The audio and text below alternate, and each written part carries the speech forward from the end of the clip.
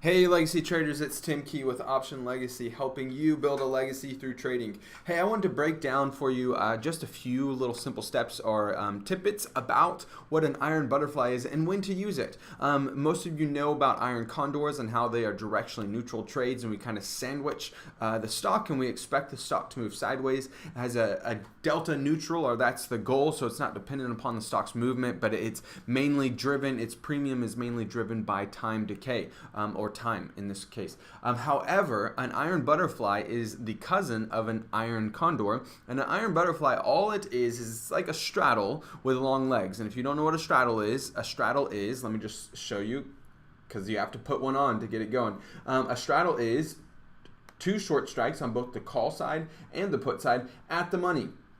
This is called a straddle, and it's directionally neutral if you have a pretty close to at the money strikes.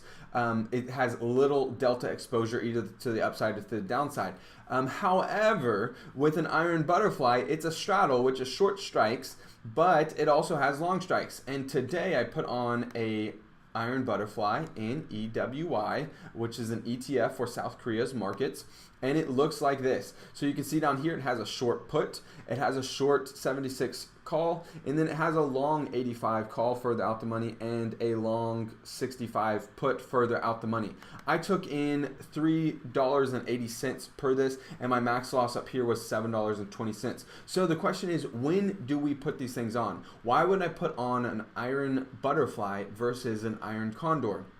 Well, iron butterflies are the cousin to iron condors, and we will put on iron butterflies whenever we have very high IV percentile. And I'm going to use a few different platforms. I'm going to use Tastyworks right up here, and then I'm also going to use Option House to show you the breakdown. But there's nowhere between these two things, between these two main platforms that I use to find the IV percentile, other than doing some math between these numbers. Or if you have a Thinkorswim account, you can just come here and, oops, that's not what I want to do. But you can come here and you can see its IV percentile right here using its studies. So you can see that EWY, right here, EWY has a 78% IV percentile. What does that mean? That means that 78% of the days were below the past year's IV percentile. So its current IV position, its IV rank is 78% of the days of the year have been lower than its current implied volatility. So with a very high IV percentile, in this case EWY has this, we're able to take advantage of that implied volatility and put on an iron butterfly. Iron butterflies is purely an implied volatility move, meaning that we're going to sell option premium, and we need that implied volatility to come out of it as soon as possible. And once that happens, that implied volatility drops, then we'll buy back the position to close it, and we'll keep some of that premium. Oftentimes, whenever I put on an iron butterfly, I am only looking to capture 25% of the credit that I received. So 380 times 0.25, I'm looking to only capture about $95 of this premium that I received, because pigs get fat, hogs get slaughtered. Since an iron butterfly's dominant way of making money, generating a profit, is implied volatility coming out, that's the number one source. Whereas with an iron condor, you can have, let's say, implied volatility coming out of the trade, but you can also have time working for you, and you could even have price movement that works for you. So you have a few more options in an iron condor versus an iron butterfly.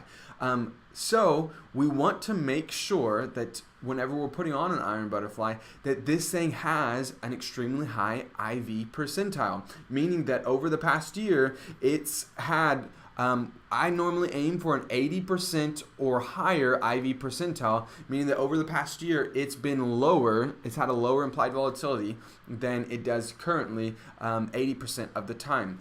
Because as implied volatility comes out, the premiums of these option contracts will decrease, and we can buy to close and make some of that profit, keep some of this credit that we received. However, if we put on this trade and the IV percentile is, let's say, at 50%, meaning that 50% of the time over the past year, the implied volatility has been lower than its current implied volatility, then that means that there's a 50% chance that this position or these contracts implied volatility could increase, and that would hurt our position, because it would as implied volatility increases, it would increase the price of these option contracts, and if we want to buy to close them, we would have to buy at a higher price. So whenever we're putting on an iron butterfly, it's absolutely critical that the IV percentile is higher. In my case, I like 80% or higher. I'll go as low as 70%, because that means that 70% of the year the IV implied volatility has been lower, meaning that I have a 70% chance that IV will come out of this, and as IV comes out, I will be able to buy to close these positions back for a lower price and keep some of this credit. So let's look at put it on. It generally will have a very close to a neutral delta or a little delta exposure, and if you can get the strike as close to at the money, we can see it's 76.20. EWI is trading at 76.20, and the closest strike to that is 76. So for this, we would sell to open the closest at the money strike, which would be the 76 on both the call and the put, and then you're going to simply go out, and this is going to change per different ticker. You're gonna, as far as how wide you're gonna go, but the further you go out with your long positions, the greater your credit you received will increase. However, also greater your max loss will increase. So you want a healthy balance that meets your portfolio, that is comfortable for you, that where you say, hey, that's enough credit for me to receive, and that's enough max loss if this thing goes completely against me, that I'm okay with.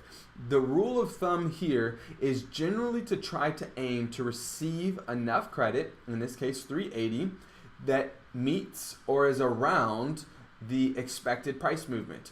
In Tastyworks, you can see as you click on different option chains, expiration dates, in this case the April, it'll show you up here the expected price movement is plus or minus $3.87, which is right around our credit that we received.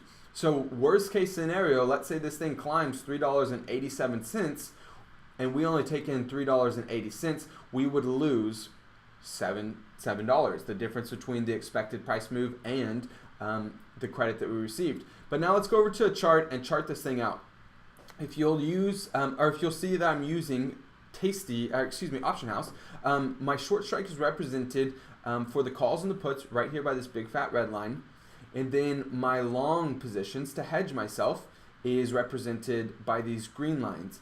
And as I set up this trade, I took in credit by selling at the money calls and at the money puts. Had to pay a little bit of debit to buy this protection on the outside. It gave me a $3.80 or $380 credit. So to find our break-even points, which is represented by these orange lines, I just go $3.80 above my short strike, 76. So that's 79.60. And then I also go $3.80 below my short strike of 76, which is 71.20. And you'll see that that is right in line with both support and resistance of what this thing's been trading. So even if this thing ends up here, I'm going to make some money. And even if it comes down here, I'm going to make some money. So as long as it stays within these break-even points, I'm going to make some money.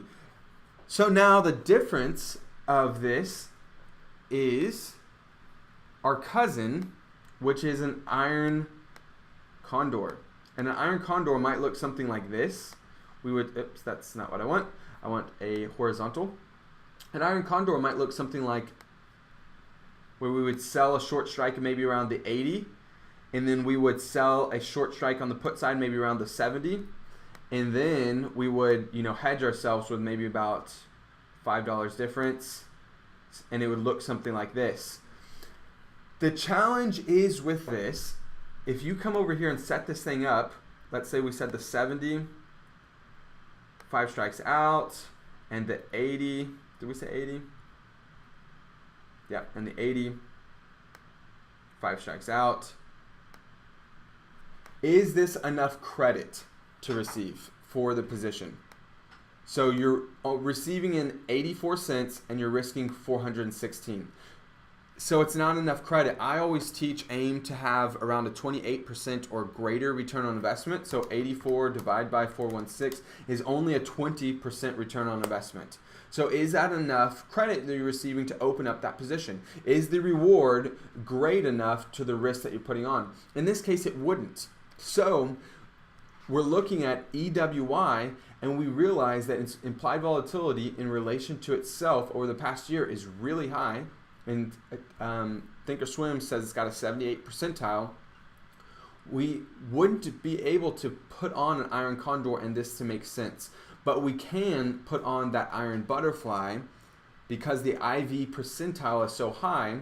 Gives us, since it has a 78%, meaning that 78% of the year it's been lower than it is currently, that gives us around a 78% chance that implied volatility is going to come out of this position, and we took in enough credit that met its expected price movement range here. So long story short, sometimes whenever a individual ticker has a very high implied volatility, a percentile, I would say 70% or greater, then we can put on an iron butterfly that is solely an implied volatility play, and it makes money solely or largely based off of implied volatility coming out of the position. Whereas if we were to try to put on an iron condor, which is also a directionally neutral trade, we might not be able to pull in enough premium, and it might not be a trade that would be worth entering into. So you can take the same stock and you can apply a different strategy,